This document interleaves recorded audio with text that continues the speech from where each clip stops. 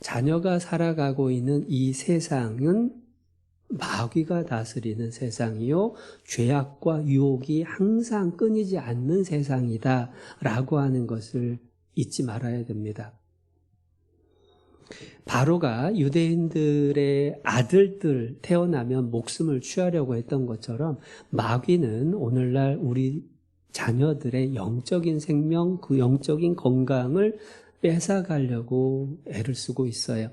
이 세상을 우리 스스로가 살아봐도 만만치 않은 세상입니다. 하물며 우리 자녀들이 앞으로 커가는, 그리고 지금 현재 부딪히고 있는 세상, 그 아이 입장에서 얼마나 힘들까. 제가 뉴스를 볼 때마다 드는 생각이 뭐냐면, 자녀들, 우리 아이들이 커서 살아가는 세상의 모습은 도대체 어떤 모습이 될까? 참 답답할 때가 있어요. 나라는 사람은 어느 정도 이제는 살았고 크게 세상 영향을 받을 게 별로 없지만 우리 아이들은 얼마나 많은 것들을 고민하고 유혹받고 넘어지고 상처받는 일들을 겪어야 될까? 그 아이들을 어떻게 도와야 이 험한 세상을 바르게 또 이기면서 살아가게 할 수 있을까? 그걸 위해서 부모가 정신 차려야 될 때다. 그리고 항상 잊지 않아야 될 게 우리 아이들이 세상을 살아가야 될 세상이 만만치 않은 세상이고 죄로 가득 찬 세상이다. 그렇기 때문에 지키려고 노력해야 되고 스스로가 지킬 수 있도록 힘을 키워줘야 되는 거죠. 그러면서 마귀의 작전을 좀 이해할 필요가 있습니다. 유대인의 시온의정서를 살펴보면은 3S 정책에 대한 이야기가 나오죠. 이방인 우민화 정책이라고도 불리우고 사람들의 머릿속에서 하나님을 지워버리는 계획입니다. 그 3S가 스포츠, 스크린, 섹스라고 하는 겁니다. 그런데 요즘은 제가 생각할 땐 4S가 된 것 같아요. 마지막 S가 스마트폰. 놀랍게도 이 스마트폰은 앞에 있는 세 가지를 다 가능하게 해줘요. 그리고 통제는 더 어렵게 만들고 있습니다. 그래서 어떤 분이 이렇게 표현을 하더라고요. 스마트폰은 사주는 순간 후회하고 안 사주면 사줄 때까지 들볶이는 것, 그게 스마트폰이다라고 얘기를 합니다. 어떤 영상을 보면서 참 공감을 한 부분이 있어서 소개를 해드리면 왜 스마트폰을 가까이 하는 것이 문제가 될까?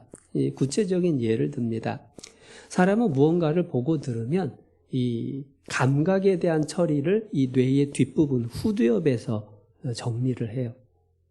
그리고 보통의 경우에는 전두엽으로 보내서 분석을 하고 생각을 하고 정리를 해서 기억에 담아두고 다음에 사용할 수 있도록 가공을 합니다. 그런데 문제는 TV를 보거나 게임을 하거나 유튜브를 보고 있는 동안에 이 후두엽은 계속 자극을 받아요. 그런데 계속해서 지나가 버리기 때문에 머리 앞으로 전두엽으로 가져와서 생각을 할 필요는 없고 생각을 할 틈도 없다라고 하는 거예요. 결국은 뭐냐? 이 전두엽이라고 하는 생각하고 정리하고 분석하는 이 부분이 발달할 수가 없다라는 겁니다. 반대로 책을 볼 때에는요, 눈으로 봤으니까 후두엽이 자극이 됩니다. 그런데 후두엽에서 멈추면 이게 무슨 뜻인지를 알 수가 없어서 전두엽으로 보내서 이게 무슨 단어인지, 무슨 뜻인지, 문맥은 어떤지, 왜 이런 얘기가 나왔는지 생각하고 정리해야 그게 내 거가 되는 거예요. 그래서 책을 보면 이 머리, 전두엽이 생각하는 힘이 커지게 된다라는 겁니다. 그렇다면 두뇌 발달은 어느 쪽이 더 잘 될까요? 당연히 책을 보는 게 두뇌 발달이 잘 되죠.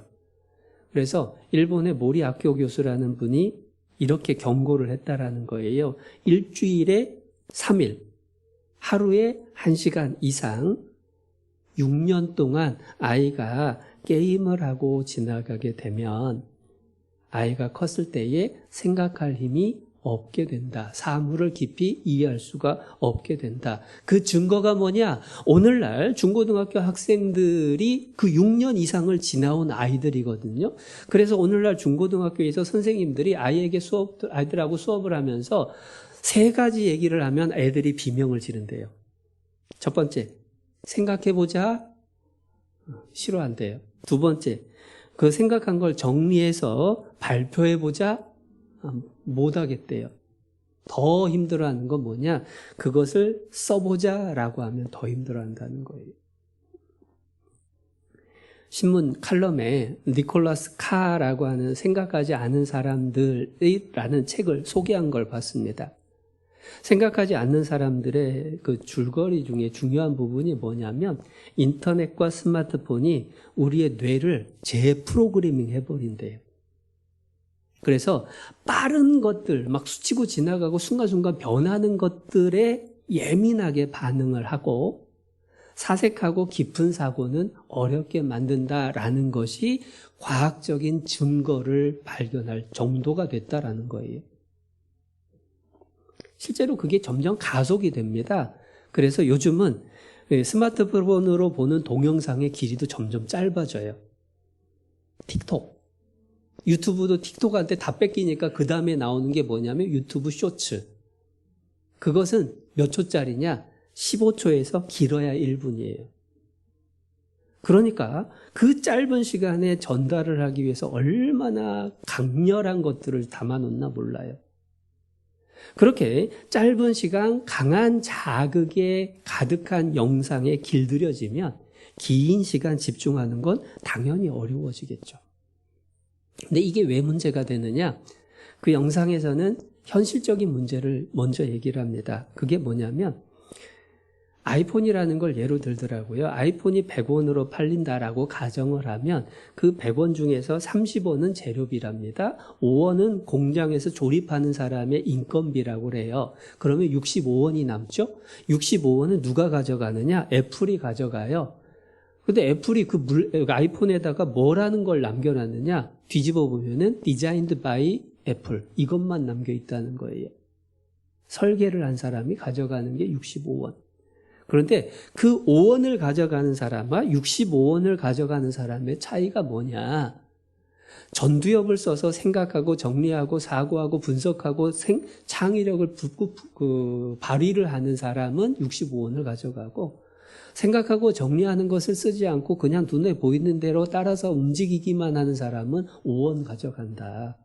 우리 자녀 몇 원 가져가는 아이를 만들어야 되겠느냐라고 하는 얘기로 예를 듭니다. 사람들이 정신이 번쩍 들죠? 요즘은 돈에 워낙 예민하니까. 그런데 구원받은 우리에게는 더 큰 문제가 있어요. 아이들이 전두엽이 발달하지 않아서 생각하고 정리하고 기억하는 것에 문제가 생기면 신앙에도 큰 타격을 받습니다. 기독교는 체계 종교예요. 우리가 다 성경 보잖아요. 성경이 중심이에요. 그림도 하나 없어요. 그것을 읽고 묵상하고 기억에 담고 그 뜻을 살피는 것이 기독교예요. 그런데 전두엽이 발달을 못하면 말씀을 공부를 할 수가 없어요. 구원을 받을 수가 없어요. 더군다나 우리가 성경 강연에 2시간, 주일 설교 1시간 반, 중고등부, 초등부, 공과 막 40분, 50분. 그런데 익숙해져 있는 건 15초에서 1분짜리. 그 아이들이 말씀 시간에 집중을 하는 게 갈수록 어려워지죠. 말씀을 들어도 그것을 정리하고 자기 것으로 만든 능력은 점점 없어지죠. 그러니까 구원도 어렵고 신앙생활도 어렵고 더더군다나 접하는 미디어의 내용들이 그러면 유익한 거냐? 내용들의 대부분이 폭력적이고 선정적이고 자극적인 것들이 넘쳐나는 겁니다. 선악의 개념이 다 엉망이 돼버리는 거예요. 그래서 신앙 안에서 얼마나 위험한 도구가 됐나 몰라요. 어른들보다 아이들에게 더 심각합니다. 저는 아이들하고도 교제를 하면서 얘기를 해요. 어렸을 때 스마트폰 될 수 있으면 안 하는 게 좋다. 애들이 반문을 합니다. 엄마는 맨날 붙들고 사는데요? 아빠도 맨날 그것만 쳐다봐요. 그러면 제가 애들한테 대답을 해줍니다. 냅둬라. 엄마 아빠 그거 본다고 인생 안 변한다. 니들은 그거 보고 안 보고에 따라서 인생이 바뀐다. 어른들은 변할 게 별로 없어요. 그거 붙들고 산다고 해도. 그러나 애들은 그거 붙들고 사느냐 아니냐에 따라서 앞으로의 일생이 180도 달라질 수도 있다라는 겁니다. 그러니까 애들한테 영향력이 훨씬 큰 거예요. 어떻게 그것을 다루게 할 거냐라는 것을 고민해야 되는 일인 거예요. 그러면서 처음 읽었던 모세 이야기를 생각을 합니다. 모세의 어머니 요게벳은 모세를 우상숭배, 당시에 최고의 우상숭배가 만연했고 바로가 자기를 신이라고 불렀던 그 궁궐에 모세를 보내야 됐어요. 모세 엄마 마음이 어땠을까요? 자식을 살린 것에 대한 감사도 잠깐이고 이 아이를 이제 우상의 소굴에다가 집어넣어야 되는데 어떻게 해야 될까? 그런데 놀랍게도 모세는 그 우상의 소굴에 들어갔는데 40세가 되었을 때에 동족을 건지고자 하는 소망을 가지고 하나님의 뜻을 이뤄보려고 애를 썼어요. 어떻게 그게 가능했을까? 처음 찾았던 본문에서 힌트를 하나 찾습니다. 히브리서 11장 23절. 믿음으로 모세가 났을 때에 그 부모가 아름다운 아이임을 보고 석 달 동안 숨겨 임금의 명령을 무서워 아니하였으며 숨겼다라고 얘기를 합니다. 숨겼다라고 하는 건 외부하고 차단을 시킨 거예요. 모세의 목숨을 노리는 바로의 명령 앞에 이제 모세를 숨겼다라는 게 원래 본문의 의미죠. 그리고 그 숨기는 동안은 당연히 우상숭배로부터 차단이 됐을 겁니다. 그리고 바로의 딸이 다시 키워서 나한테 보내라 라고 했을 때에 이제 젖될 때까지 엄마가 데리고 있었어요. 이스라엘 사람들이 당시에 젖을 떼기까지는 보통 한 3년 정도 걸렸다라고 하고 조금 더 길게 키우는 경우도 있었다라고 하지만 3년, 우리 나이로 하면은 우리 나이 5살이 될 때, 만 3살, 뭐 이 정도가 되겠죠. 그때까지는 차단을 시킨 거예요. 사실은 그게 굉장히 중요한 부분입니다.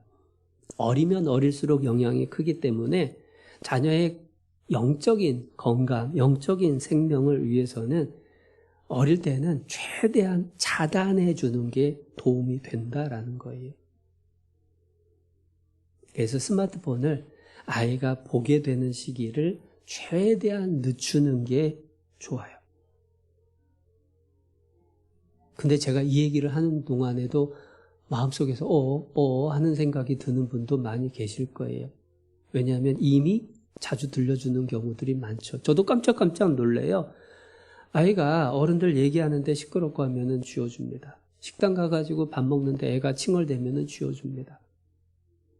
그 쥐어주는 나이가요, 2-3살, 우리 나이로 2-3살, 3-4살 되는 아이들부터 그걸 쥐어줘요. 아이가 딱 그거 붙잡는 순간에 조용해집니다. 세상에 이런 부모가 없어요. 능력 최고예요. 떨어지면 울어요. 엄마보다 더 좋아하는 것 같아요. 근데 이게 왜 위험한 걸까? 여러분 한번 생각해 보세요. 아이를 조용하게 있게 만들기 위해서 수면제를 먹인다. 할 사람 있을까요? 없을까요? 왜 안 먹이죠? 수면제 딱 먹여보세요. 12시간 조용. 그런데 안 하잖아요. 왜요? 위험하니까. 해가 되는 걸 아니까. 그런데 왜 스마트폰을 쥐어주죠? 위험한 걸 몰라요. 어떤 영향을 주는지를 생각을 안 해요. 아이가 살아가는 세상이 얼마나 험한 세상이고 아이가 접하는 문화가 얼마나 두려웠고 조심해야 될 것인지에 대해서 생각을 하지 않고 알지 못하면 그 위험한 걸 쥐어줄 수도 있다는 거예요. 그래서 부모가 생각을 해야 됩니다. 유대인들은요, 어려서부터 책을 읽어주는데 그림책이 아니에요. 탈무드 사진을 보니까요, 이따만한 책인데 빽빽하게 글씨만 써져 있어요. 그림이 하나도 없어요. 어렸을 적부터 부모가 그걸 읽어주죠. 글자를 읽을 줄 알면서 그거를 읽죠. 그리고 토론을 그걸 가지고 하는 거예요. 그러니까 얼마나 전두엽이 발달을 했겠어요. 그러니까 세계에서 제일 머리 좋은 민족이 유대인인 거예요. 실리콘밸리에 발도르프 초등학교라고 하는 학교를 소개를 하더라고요. 10년 전 당시의 수업료가 2천만 원. 지금은 한 4천, 1년이면 한 8천, 억 단위를 초등학교 학생한테 받아요. 명문 중에 명문이겠죠? 그런데 그 학교에는 컴퓨터가 없어요. 모든 숙제는 책을 찾아보고 연필로 쓰게 돼 있어요. 왜냐? 컴퓨터를 검색을 해가지고 숙제를 제출을 한 사람, 짜집기 하고 그 다음에 갖다 붙이고 그리고 타이핑해서 제출을 했을 때에 기억하는 분량은 전체 공부해야 될 분량의 12%를 기억하더래요.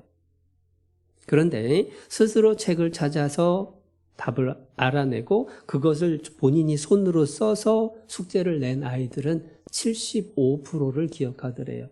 6배 차이가 납니다. 그러니까 그 비싼 돈을 받고 가르치는데 첨단 미디어를 안 쓰는 거예요. 저도 아이패드를 쓰는데 아이패드를 만들어서 히트를 쳤을 때 기자가 스티브 잡스에게 물었습니다. 잡스 회장님의 아이들은 아이패드 좋아하나요? 잡스 회장의 대답이 충격이었죠. 우리 아이들은 아이패드가 있는지도 몰라요. 자기 아이에게는 안 줬다라는 거예요. 아이를 키울 때에 이제 험한 세상을 살아나갈 아이들을 돕는 첫 단계는 아주 어렸을 때에는 차단해야 돼요. 근데 문제는 영원히 차단할 수는 없어요. 우리가 어디 지구를 떠나지 않는 이상. 그런 비슷한 말씀이 성경에도 있죠. 고린도전서 5장입니다. 9절. 내가 너희에게 쓴 것에 음행하는 자들을 사귀지 말라 하였거니와 이 말은 이 세상에 음행하는 자들이나 탐하는 자들과 도색하는 자들이나 우상 숭배하는 자들을 도무지 사귀지 말라 하는 것이 아니니 만일 그리하려면 세상 밖으로 나가야 할 것이니라. 지구를 떠나지 않는 이상 그거는 불가능해요.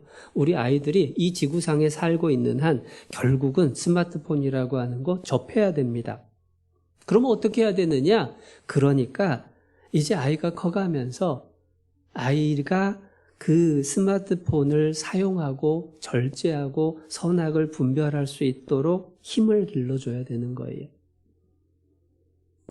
제 생각에는 유치원 시절까지는 최대한 스마트폰을 아예 안 접하는 게 제일 좋고 초등학교 가면서부터는 이제 그것을 사용을 허락하는 겁니다. 사주라는 게 아니라 사용을 허락해주고 그리고 그 시간을 통제를 하는 것을 훈련하는 게 초등학교 시기가 아닐까라는 생각들을 해요. 왜냐하면 초등학생 시절에는 무언가를 스스로 계획하고 그것을 절제하고 통제를 할 수 있는 힘이 약해요. 그래서 초등학교 방학 생활에는 항상 학습 시간표, 생활계획표 그거를 짜라고 하고 지켰나 안 지켰나 체크하라고 하고 그것을 키워야 될 시기거든요. 힘이 아직 약해요. 그러니까 아이가 힘이 없는데 그거를 덜쩍 맡겨주면은 이거는 위험한 일이 되는 겁니다. 그래서 아이가 아직 그럴 힘이 없다라고 하는 것을 미리 전제하고 알고 있는 상황에서 사용 시간, 사용 방법, 사용 장소 이런 것들을 정해주고 그걸 지키도록 훈련시키는 게 필요한 거예요. 스마트폰뿐만 아니라 이 세상에 어떤 유혹거리가 될 만한 것들에 대해서 시험거리가 될 만한 것에 대해서도 비슷하게 적용이 될 거예요. 참고로 저희 아이들이 어렸을 때 초등학교 때는 지금하고는 또 상황이 좀 많이 달라요. 그때는 스마트폰을 갖고 있는 애들이 이제 좀 드물었던 때인 걸로 기억을 해요. 그 시기에 저희 집에서는 TV도 없어요. 컴퓨터 사용 시간은 제 기억에 저도 기억이 확실치가 않아서 어제 저희 자매한테 물었습니다.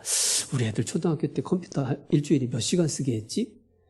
그랬더니 제 기억에는 한 일주일에 하루 1시간에서 한 3일 쓰게 해줬나? 라는 어렴풋이 그런 기억이 났는데 저희 자매는 아니라고 하더라고요. 일주일에 1시간 주말에 딱 쓰게 해줬대요. 근데 그게 사실은 아이들이 그 당시에 힘들어 했나? 애들한테 물어봐야 되는데. 그런데 아이가 TV 없고 컴퓨터 일주일에 1시간, 2시간 겨우 쓰고 그런 상황이면은 뭐 하죠? 네?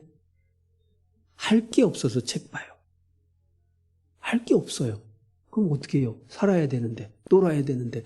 그래서 볼 수 있는 게 이제 책이겠죠. 그러면 아이한테 그게 고문이었을까요? 여러분, 책이 주는 즐거움이 있는데 TV나 컴퓨터나 스마트폰의 즐거움을 맛보면 자극이 너무 커서 책이라는 것이 주는 순한 즐거움을 느낄 수가 없어요. 그런데 이걸 안 접했어요. 그러면 이거 순한 것의 맛을 느낄 수가 있어요. 그리고 또 하나는 그 시기에 절제를 가르쳐야 된다라고 했잖아요. 통제하는 법을 배워야 되는데 절제라는 건 뭐냐? 내 욕구가 다 채워지지 않더라도 멈출 수 있는 능력이라고 저는 정의를 내릴 것 같아요. 예를 들어보면 게임을 하고 있는 아이한테 자, 약속 시간 다 됐다. 이제 꺼라. 할 때에 끄면 그게 절제할 수 있는 아이예요. 그때부터 싸우기 시작하면 이거 절제가 안 되는 애예요. 단 조심해야 될 건 뭐냐? 자, 시간 됐어 꺼 하고 팍 꺼버리면 이건 싸우자는 거고 아이가 게임하고 있으면 자, 이제 정리해야지 하고 본인 스스로 그 판이라고 해야 될까요? 스테이지라고 하나? 아무튼 그것이 마무리될 때까지는 기다려주는 게 좋죠. 그렇게 해서 본인이 알았어요 하고 이제 멈출 수 있게 가르쳐주는 것. 특별히 아이들의 뇌가 발달을 하는 과정에서 초등학생 시절까지 뇌 속에서 가지치기가 끝난다고 합니다. 가지치기라는 게 뭐냐면요. 아이가 초등학교 한 5, 6학년 사춘기가 들어서기 직전까지 보고 듣고 접한 경험들을 이제 바탕으로 해서 뇌 스스로가 이거 쓸데없는 거다라고 여겨지는 것들을 잘라서 없애버린다는 얘기예요. 바꿔 말하면 그때까지 잘 사용하지 않은 뇌의 기능과 영역은 막혀버리는 겁니다. 그러니까 초등학교까지 애들이 스마트폰을 얼마만큼 접하느냐는 그 아이의 일생에 있어서 큰 영향을 끼치게 되는 거예요. 그래서 그 시기까지는 스마트폰보다는 다른 경험들, 책을 보고 그림을 그리고 밖에 나가서 놀고 흙을 만지고 친구들과 어울리고 장난감을 가지고 놀고 엄마하고 누워가지고 그냥 잡담을 하고 그러면서 오히려 뇌가 더 많이 발달을 하고 앞으로의 가능성을 이제 품고 살아갈 수가 있게 된다는 거죠. 그래서 초등학교 시기까지는 감독해주고 절제를 배울 수 있게 훈련을 시키는 시기가 되는 것이 좋겠다. 그리고 3단계가 이제 사춘기를 넘어가고 그러한 커가는 아이들에게는 어쩔 수 없어요. 이제 줘야죠. 그런데 제 개인적인 의견은 그렇더라고 하더라도 최대한 늦게 사주는 게 제일 좋은 거라고 생각을 합니다. 저희 집은 왜 저희 집 얘기를 하는 이유는 아니 그럼 목사님은 어떻게 했는데요? 라고 반문을 할 수 있기 때문에 실제로 이제 예를 들어 드리는 겁니다. 저희 아이들이 초등학교 후반, 중학교 들어가면서부터 그때부터 이제 스마트폰 사달라는 얘기가 나오기 시작했어요. 스마트폰 사줘요. 스마트폰 사줘요. 아이가 스마트폰을 사달라고 할 때에 그때의 아이하고 약속을 한 게, 다짐을 한 게 뭐냐면 고등학교 들어가기 전까지는 말도 꺼내지 마라. 아이가 이유를 물어요. 그러면 대답을 안 해주고 아빠가 아니라면 아닌 거야. 따지지 마. 아빠는 고등학교 들어가기 전까지는 말도 꺼내지 마. 말 꺼낼까요? 안 꺼낼까요? 애들이 틈만 나면 사달라고 하죠. 그래도 반복하는 거예요. 아닌 건 아니다. 그러면 그 얘기는 고등학교 들어가면 사주겠다는 얘기일까요? 고등학교 들어가면 그때 살까 말까 얘기하겠다는 걸까요? 사준다는 얘기 안 했습니다, 저는. 고등학교 가면 이게 필요한지, 살 건지, 말 건지, 그때 가서 얘기하자는 얘기였어요. 그래서 실제로 큰애가 고등학교에 가게 됐어요. 기숙사로 들어갔습니다. 아이한테 물었어요. 얘야, 너 이제 고등학교 기숙사 들어가는데 너도 폰 하나 해야지? 필요 없대요. 야, 아빠가 너한테 연락하면 아빠하고 연락해야 될 거 아니냐 그랬더니 친구 거 가지고 하면 된대요. 야, 내가 너한테 연락도 해야 되잖아 라고 해서 제가 아이한테 스마트폰이 아니고 그 피처폰이라고 하죠. 전화만 되는, 문자만 되는 그거를 사줬어요. 큰애를 그렇게 했습니다.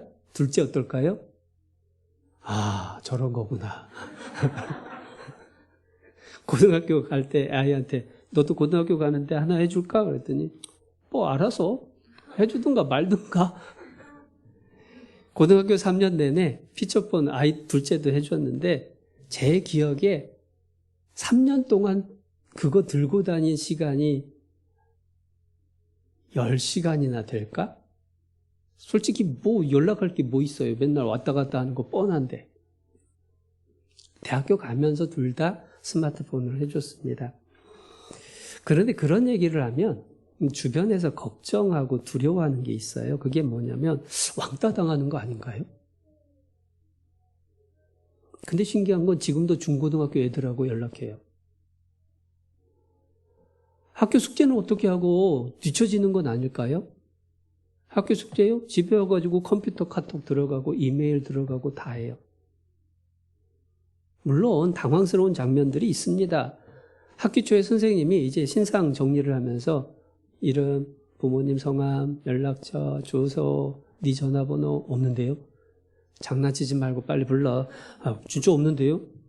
이 자식이 하는데 주변에 애들이 걔는 휴대폰 없어요 라고 애들이 얘기해 줘가지고 넘어갔대요.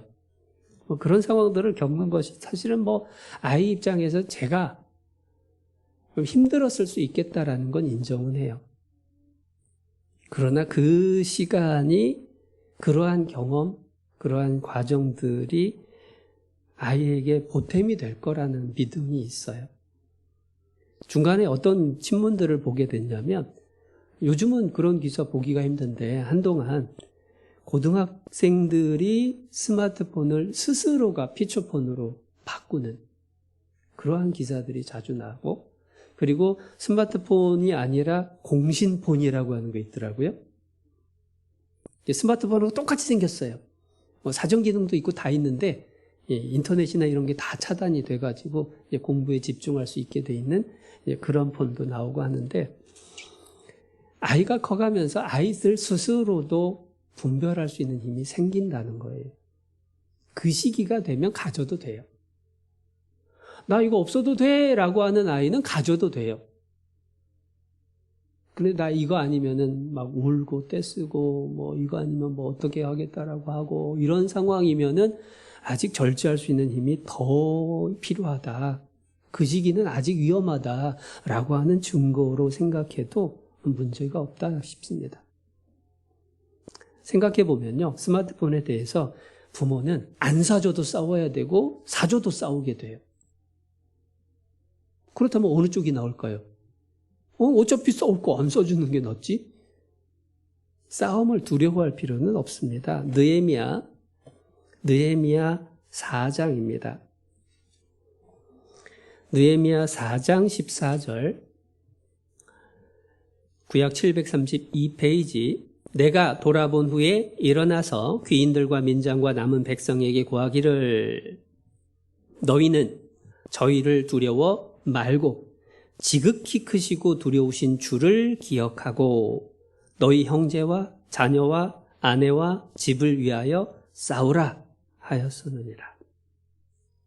예루살렘 성벽을 중건하는 이스라엘 백성들에게 주변에서 위협하고 쳐들어오려고 하고 이러한 상황들이 계속됐을 때에 느헤미야가 백성들을 권면한 내용입니다. 무엇을 두려워할 거냐? 사람들이 할 거 없다. 하나님 기억해라. 그리고 형제와 자녀와 자매와 집을 위하여 싸우라. 싸워야 될 건 싸워야 돼요. 그런데 이런 얘기를 하면 이제 고민스러워 하시는 분들이 계셔요. 그게 뭐냐면, 아니, 벌써 사줬는데 어쩌라고. 줬다가 뺏는 게 제일 나쁘다고 하죠. 뺏을 수 있으면 뺏으면 좋겠어요. 근데 못 뺏는다라고 한다면 사용 규칙을 철저하게 만들고 지키고 관리를 해주는 게 필요한 겁니다. 아이의 나이에 따라서 사용할 수 있는 시간은 달라요. 그게 당연한 겁니다. 그리고 일정 시간 사용을 했으면은 엄마에게, 아빠에게 맡기게. 대표적인 방법 중에 하나가 몇 시 이후에는 부모님 방에서 충전. 그리고 몇 시 지나서 가져갈 수 있고, 아침에. 이런 식으로 규칙을 정하는 거죠. 그리고 약속을 어겼을 때에는 어떠한 제재가 따른다. 사용 시간을 제한을 하고, 또 압수를 당하고, 또는 그것을 아예 이제 해지를 시켜버리는 것까지도 약속을 하는 게 필요합니다. 그런데 문제는 일단 사줬으면 일방적으로 약속을 하는 것도 사실은 위험해요. 안 들으려고 하겠죠. 그래서 시간이 들고 노력이 필요할지라도 아이에게 설득하고 이게 필요하다, 이렇게 해야 된다, 이 규칙을 지키자라고 하는 것들을 만들어 가야 되고 그것이 필요한 일이 됩니다. 내가 스마트폰에 대해서 길게 얘기를 했지만 사실은 스마트폰 말고도 우리 아이들이 살아가는 이 세상은 죄와 유혹으로 가득하고 마귀가 세력을 휘어잡고 있는 곳이 틀림없잖아요. 성경에서 분명히 말씀을 하셨어요.